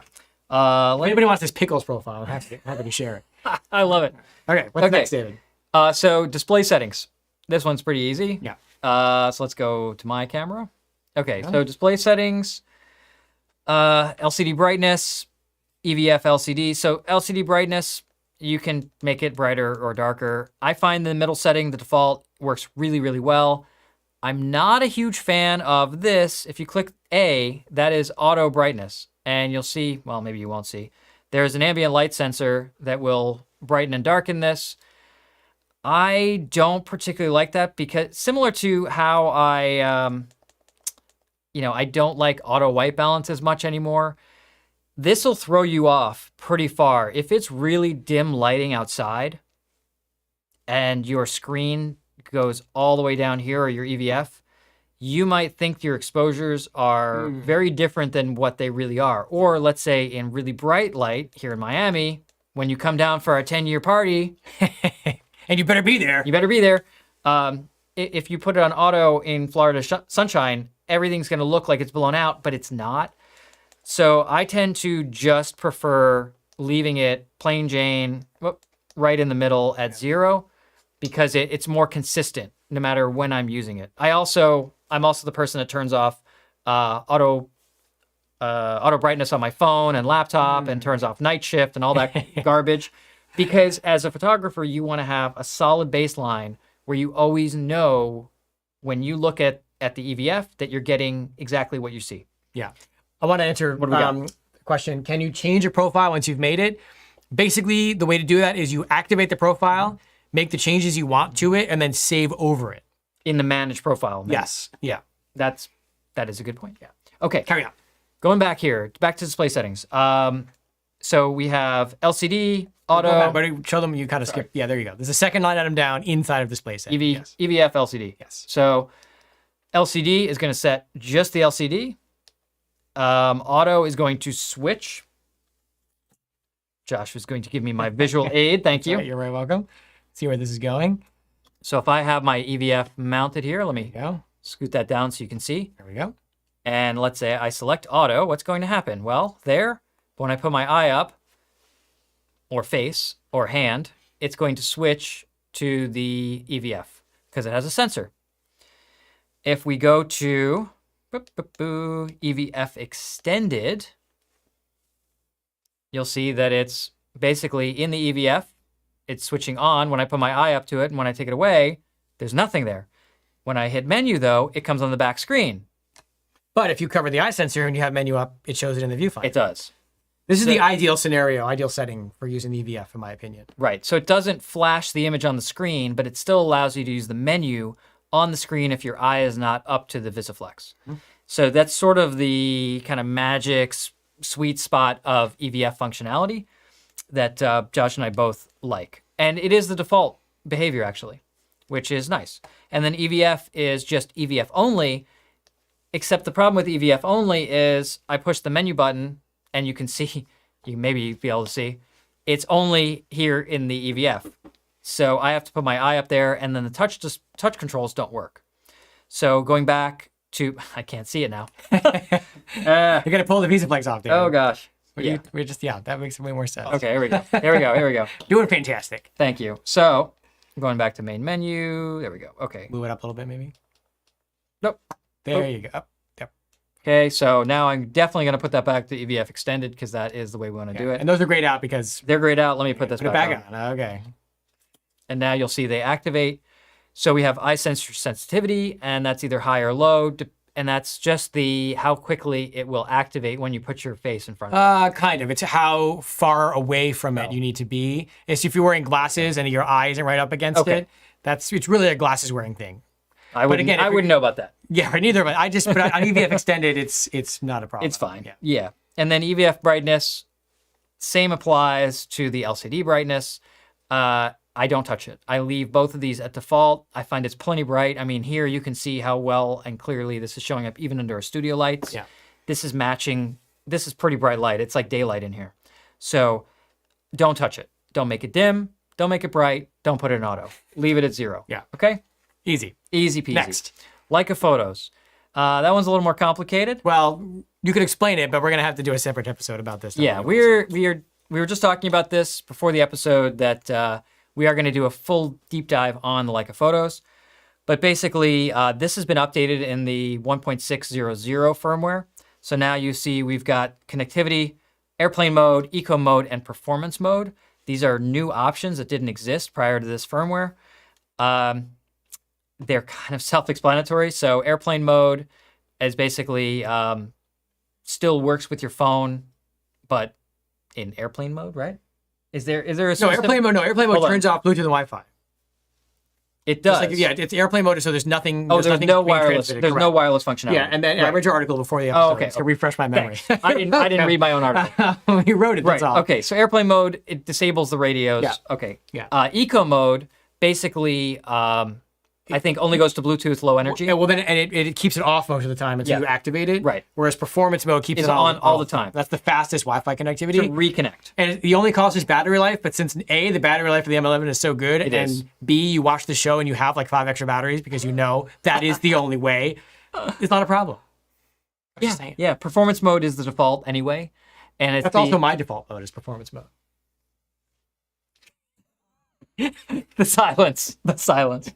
All As right. long as I'm amused. And then if you go into the pairing mode, then it asks you if you're an iOS or Android on the Photos app. We're gonna do a Photos app episode. So I'm gonna skip over this for right now. We don't want to. We like this. Let me make it clear. We like this feature. It's just that we can't show involved. this. Yeah. Now it's not practical. But if you have serious questions about Leica photos, obviously you can reach out to us. Yes. Until we have the episode. This part is pretty cool though. Okay. So storage management is a new type of thing that's unique to the M11 that you don't find on any other Leica camera because no other Leica camera has 64 gigabytes of built-in internal storage.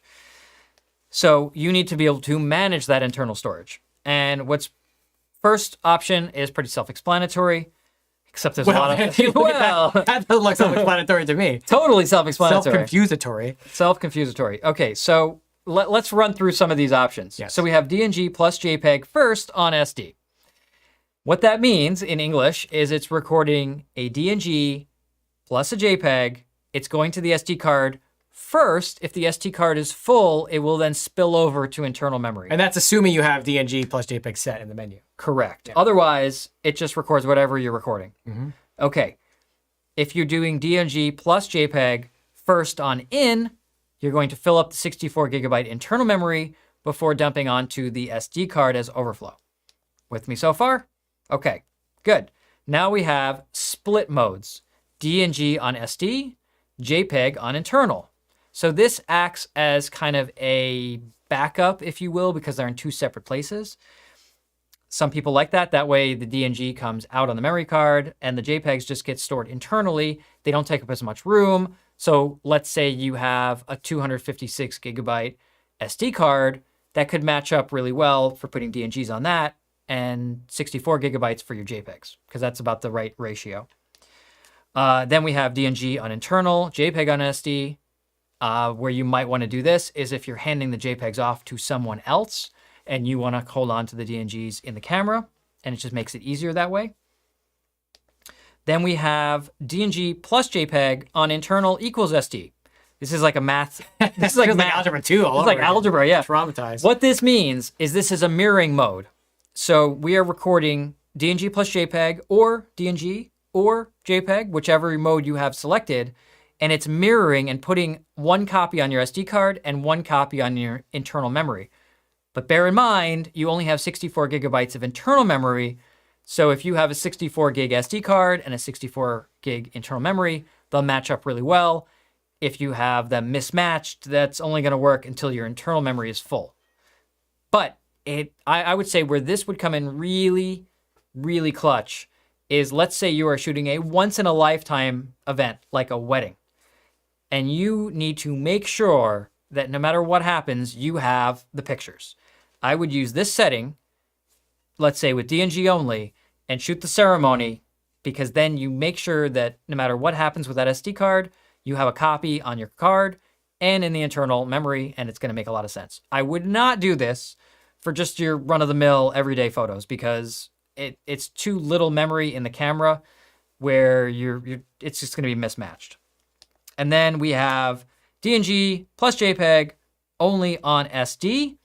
What that means is it's never going to touch the SD card, or the internal memory rather, only the SD. So when the SD card is full, it's going to ignore that you even have the internal memory reserve. This is like the M10 mode, basically. Yeah, this is like the every other Leica camera mode, right? It just ignores the internal memory, writing to SD card. And a lot of people might like this because they are going to take the SD card out of their camera. Let's say that you overflowed and you shot 100 pictures extra on your internal memory, but you didn't know that.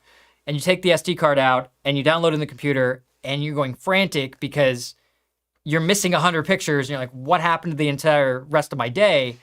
And you don't realize that it's actually still in the camera.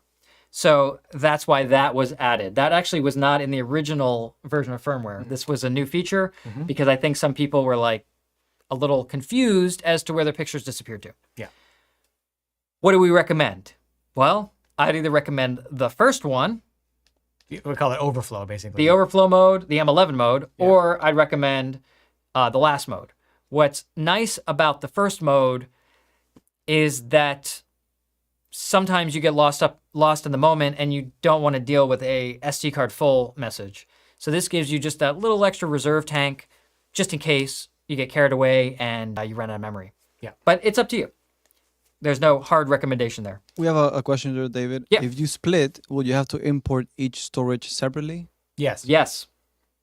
Yeah, you have to take the photos off the memory card and then plug the camera in and import the photos from the camera. Yeah, it's pretty fast though. I mean, the data transfer over the USB Type-C connector is actually very quick. Yeah. It's as fast as the fastest SD card that I've tested. I think it reads out somewhere around 200 megaseconds. You just want to make sure you've got a charged battery when you do that. But it does charge the camera. But it doesn't charge it faster than it can drain it if you're not careful. So at least 80% when you're doing that. True. Okay, and now what happens if you have, kind of leading into that same thing, what if you don't have a cable and you only have SD cards? How do you get them into your computer and out of your camera? Well, that is a really handy feature. The next thing in storage management is backup memory, internal to SD. Fantastic. So all we do here is we can either just select copy all, which is going to dump everything from the internal memory right onto the SD card. This is the fastest, easiest way. Or you can copy all with a star. Now, we didn't get into playback yet, but in playback mode, you can star images to select them, favorite them, and then this will copy just your favorited images off of playback. That's kind of That's a lot of work. Yeah, it's too much work to do in camera, personally. I would just say copy all is going to be their most useful. Yeah. And then format storage. And here you have the option of formatting the SD card or formatting the internal memory. It is 2 different steps. So if you are formatting everything, you need to format SD card first, internal memory second, and you're good to go. And Josh, you want to talk about camera settings? I'm happy to do that. Yes. That's our last big that's the next menu big thing. So and then we're going to talk about playback and then function buttons, and then we're done. Okay, camera settings is where I don't know what we do here. Oh, right, camera settings. So first thing we are going to see inside of the camera settings menu is power saving mode. This is determining how quickly the camera goes to standby mode, which means it kind of semi-powers off, or how quickly the display goes black. I usually prefer 10 minutes and 5 minutes for these, the longest times. I don't turn them off completely, but I just don't want the camera turning off if I'm using it after a few minutes or something. So this is what I like for these 2 settings. USB charging, simple enough, on or off. I don't know why you would turn it off. Which one? USB charging? Because you're cruel and unusual? I don't know. USB mode, this is determining whether you're plugging the camera into an Apple device using the, what are these things? I can't really. That's fine. Yeah. There you go. That photos cable. It's close enough. Or if you're plugging it into a computer to grab the data off of the internal memory. Wi-Fi band, 2.4 or 5. I guess it just depends on the device you have. Is anybody using 2.4 anymore? I think 2.4, if my memory serves right, works better outside, and 5 works better inside because higher frequency travels through structures, but lower frequency travels longer distances. There you go. Sounds convincing. If I say it with a convincing voice. Yes. Anyway. It's VHF versus UHF, right? Date and time are relatively self-explanatory. We're going to choose our time zone, daylight savings time on or off, and the date and the time. I mean, that's pretty obvious. You really only have to do this when you reset the camera, or I guess if you change time zones, you want to change that there. Then, sorry about that. Edit file name is kind of silly because you can only change the first letter. You're ridiculous. Makes no sense. I don't even bother with that. If I want to change file name, I will do it. I will do it in Lightroom. Reset image numbering. Again, I don't know why you would do this, but this will reset your file number back to 0001. And then the last item in camera settings is sensor cleaning. This is going to open the shutter, but not charge the sensor with electricity to allow you to clean the sensor either with a blower bulb or an eye lead stick or whatever your sensor tool, cleaning tool of choice. Yes. And that is the camera settings menu. I'm not doing much from the defaults here other than changing the power saving mode and changing the date and time so they're correct. And just quickly covering the last few things because then you'll talk about playback. Reset camera, pretty self-explanatory. If it's something that is just awry, you can't figure out what's going on, or if you sold it to someone else and you want to clear your settings, just reset the camera. Everything goes back to defaults, the way it came out of the box. Erases all your credit card information. All of it. Camera information, this is where you both view and update your firmware, as where also you can enter copyright information if you want to tag the metadata of the files with your name or your website or whatever. You can do that. Here. And lastly is the language, which, well, that's also self-explanatory. That covers the main menu. Now, we're a little bit of time left. So, David, take us through function buttons first, and then why don't we finish it off with playback? You just have one quick question. Yeah. Yes. If you do a firmware update, should you reformat internal storage? There's no reason to do so. No. I mean, you should format internal storage after you've backed everything up to clear it out, but that's the only reason not I would do it. Okay. But there shouldn't be any conflict with that. Yeah. Because the firmware is stored somewhere else besides the picture storage. That's 2 separate memory banks. Yeah. So one does not have anything to do with the other. Ooh, I love this picture. It's great. Do we have a memory card in here? Yes. Oh, look at that. Do we have any real pictures in here? No. I formatted it before I came Oh, no. Sorry. This is pictures of the store. What are you trying to do? No, you're doing function buttons, David. Oh, we're doing function. Okay, right. So we have, similar to other cameras like the Q2 and the SL2, there are programmable function buttons. There's not as many. There's one very obvious one slightly less obvious, and one super secret one. So this FN button is the most obvious. It's a function button. If I click it once, you'll notice the functionality was it turned the screen off because it's flipping between EVF and LCD. If I push and hold long press. Oh, that turns off live view. Oh, it turned off live view in this case. That's, okay. that's the default, yeah. The default is this is live view. Yeah. Okay. So if I push and hold, you'll notice it brings that up and I can change this. So let's say that I use self-timer an awful lot and I don't want to, one way to get to self-timer would be here. And I could go do self-timer, okay? But let's say that I don't want to do that and I want to get there really, really quick. Now I program that as self-timer, boom, 2-second self-timer, and now it works. And I don't know how long an exposure I just took. There we go. Nice job. So that's our really easily accessible and obvious function button. So again, long press, and you can let go once this menu comes up, and you can scroll through the list of options, which is many. I'm going to put it back to live view, which is our default view. And what are the other two buttons? There is another button up here on the top deck, right there. Okay? And if I push that once, that defaults to focus magnification. And again, like Josh mentioned, you can control the level of zoom and magnification with the thumb wheel. And half pressing the shutter gets rid of that.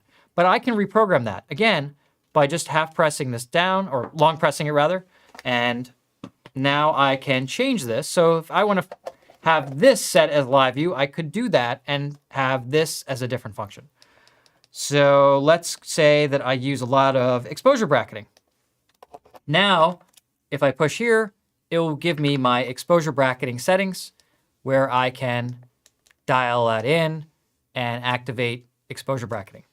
So this is just another way you can customize. Or I can even set this, say, to MISO. There we go. And I can dial that in to quickly change what the M is on the dial, which gives me kind of quick access control to ISO. There's a lot of different functions that you can do here. I'm just going to set this back to our focus aid. Okay. And then the super secret button is right here. This is a thumb dial, but it also is a button. And if I push and hold it, ooh, do you see that? Secrets. Secrets. Most people don't know that's actually a button. It is. It is not on an M10. The M10, if you push that in, nothing will happen except your thumb will get sore. So this defaults to exposure compensation, which is really cool because Josh was showing you the default behavior of this is focus magnification, or at least it is on this one. If you push it in once, boom, exposure compensation. How cool is that? And if you half press at the same time, well, then it's actually magnifying, but... No, it doesn't work like that. When you no, have it doesn't work like click that. it, Right. Yeah, you're thinking of them now. Yeah. Anyway, so yeah. Okay, yes. I like setting that to ISO, to MISO, because then I can not have to use the ISO dial, and I can also cool. have access to the third stops. Yeah, so you can do this right here. Boom. Yeah. Right? And now press it.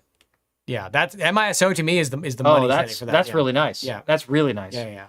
Because then you don't not only do you not need to bother with the ISO dial, you also have full access to the third stop. Right. And then half stops. Yeah. So let's say we change. I'm going to change this in the menu. That was under customize control. Yeah. Yep. And here, customize wheel. So I'm going to put that to exposure compensation. Beautiful. So now what I've got is I've got exposure compensation here on the wheel. As you can see, I'm going to dial back. And then if I click, then I have full discrete access to all of my ISO settings in third stops. I like that. Yeah. I like that a lot. Yeah. So that's a really cool little feature. And I'm curious how many people knew that that was a function button or not. Hopefully if you have an M11, you figured it out by now. Yeah. So that's really cool. You want to talk? Do you have playback on this? Yeah, I have. Well, I haven't put the 30 app on there, so I can try to take a somewhat in focus photo. There we go. That's not in focus at all. It's close enough. So to cover playback for a moment, if I press play, I am able to review the last image that I took. Now, in this case, I don't have an SD card in the camera, and I know that because right up here, it says IN, meaning this image is on external storage. I can change my viewing modes the same way I do it in live view, which is by pressing the center button. I can zoom in using the thumb wheel. I can zoom in using my pinch to zoom. I can also double tap to go from full view to 100%, which is kind of nice, like that. Pinch to zoom. I don't recommend deleting in camera, but you can, if you hit menu, you can delete. David and I both are strongly against in-camera deletion. If you want to rate the photo, there's 2 ways to do that. You can either rate it, hit the menu button here, or just hit the top function button here. Just tap that, and you'll see the little Star comes up. I have not found a consistent use for image rating, but that I know some people integrate that into their workflow, and that's totally fine. Yeah, I could see a use for that. Let's say that that you are doing street photos, and it's near impossible when you're out shooting all day and you're shooting hundreds of pictures, and there is sometimes you're like, that was it, that was the shot, that was amazing, and then you get back, which one was it? Right. So you can quickly just take a break, hit play, star it, and you know that like that's the winning shot. So when you're reviewing later, you have that info. One of the least known shortcuts on the M11 is if you're in live view. So right now we're in live view. If you want to get to playback, you can also swipe down from the top and go to playback. You don't have to hit play if you don't want to. You know, that's shades of the TL. Yes, exactly. Yes. So yeah, playback is a great way to obviously review your images, check your focus, rate them. We don't recommend deleting, but whatever. And also seeing where they're stored. If I were to zoom out, there is stuff. Oh, there's stuff in the internal memory. If I were to zoom out far enough, then you're able to examine what's on the internal memory, and if you had an SD card in there, what's on the SD card. So in case you're wondering where to look at, if you shot some images on internal and some images on SD, that is how you examine each. You zoom all the way out until you get to this logo, and then you choose either or, and then you zoom in. There is no SD card in here, so I can't show you that. But that is the playback menu. If you press and hold the function button in playback, it gives you the ability to customize the function button for playback. It's actually a separate set of customizations from the live view functionality. So if you want to have a button for starring, removing starring, whatever, I can't say I've actually used this functionality because I don't star and I don't delete. So I just leave it on live view, which allows me to go from playback, hit function, back into live view. But it all depends on your personal use for the M11. I think that covers everything in playback. I think so. I feel like we actually covered everything, except for Shocking. The Photos app, which we'll do another episode. Shocking. So, I guess now we say any questions? Any questions? M11 menu related that we missed or want clarity on? Yeah, I got a few here. What you got for us? We just got one right now on the topic. Why are you against in-camera delete? Because, well, 2 reasons.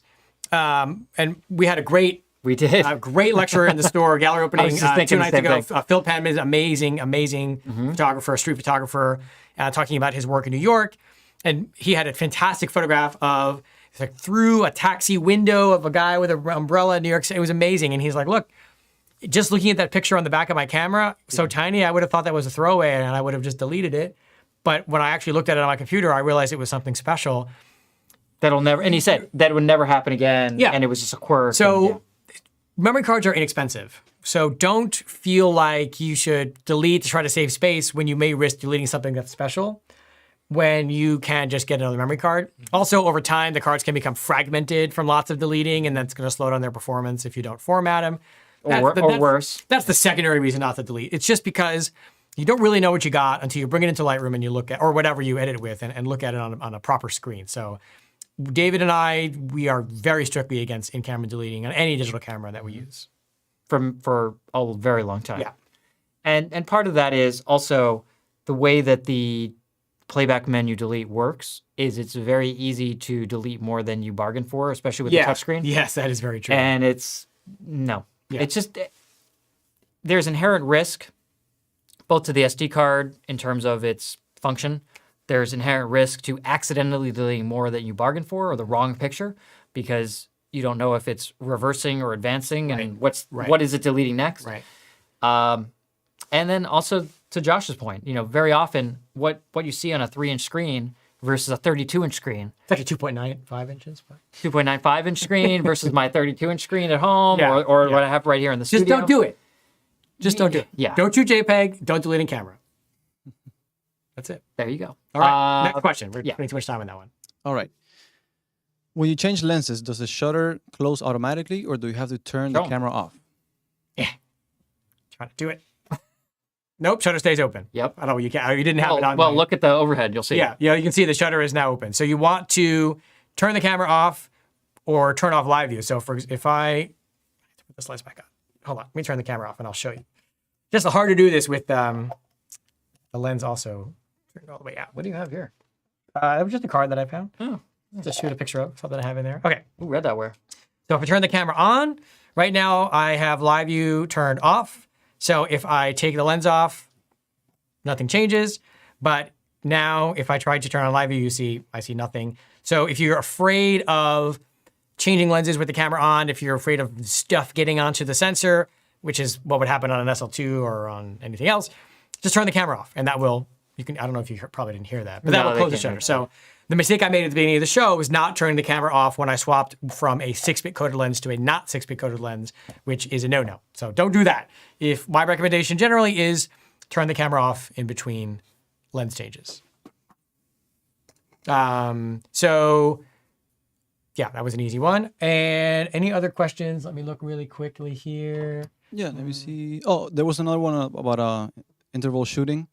In interval shooting, is the time between images measured from start time to start time or from the end of the previous image? From the end of the previous image. Yes. Otherwise, if you had a longer exposure longer than the interval, it wouldn't work. Yeah, you can't have like, a 2-second exposure with a 1-second interval. That wouldn't work. So it's going to do 2 seconds shot, 1-second interval, 2-second shot. Yeah, so it's from the end of the previous image to the next one. Yeah. What else? I think you guys talked about this, but when using the play menus to view images, can you rate and unrate them by pushing up or down on the D-pad? No, only with the function button on the top of the camera. Yeah, the little one right on the side here. Yeah, the number 6 button. And on that same topic, does the setting overlay include an image's rating when you're using the play menus to view images? Yes, it shows. Yeah, the little star. It doesn't disappear in some mode. It shows on the right-hand side. It's always there, yeah. Okay. Cool. All right. Think... And Jose, I don't think there was any other burning questions. Well, there were some things, let me see, because there was an important thing. Hold on. Okay. This was actually kind of an important thing. I don't know if I saw it there, but someone had asked, there was occasions where some of the cameras were misbehaving and freezing for M11s. But I do want to show you just on the release notes of the last firmware update, which is the 1.6. One of the major things was right here that there was a camera error that caused some rare cameras to freeze, and that was fixed. So that's not an issue at this point.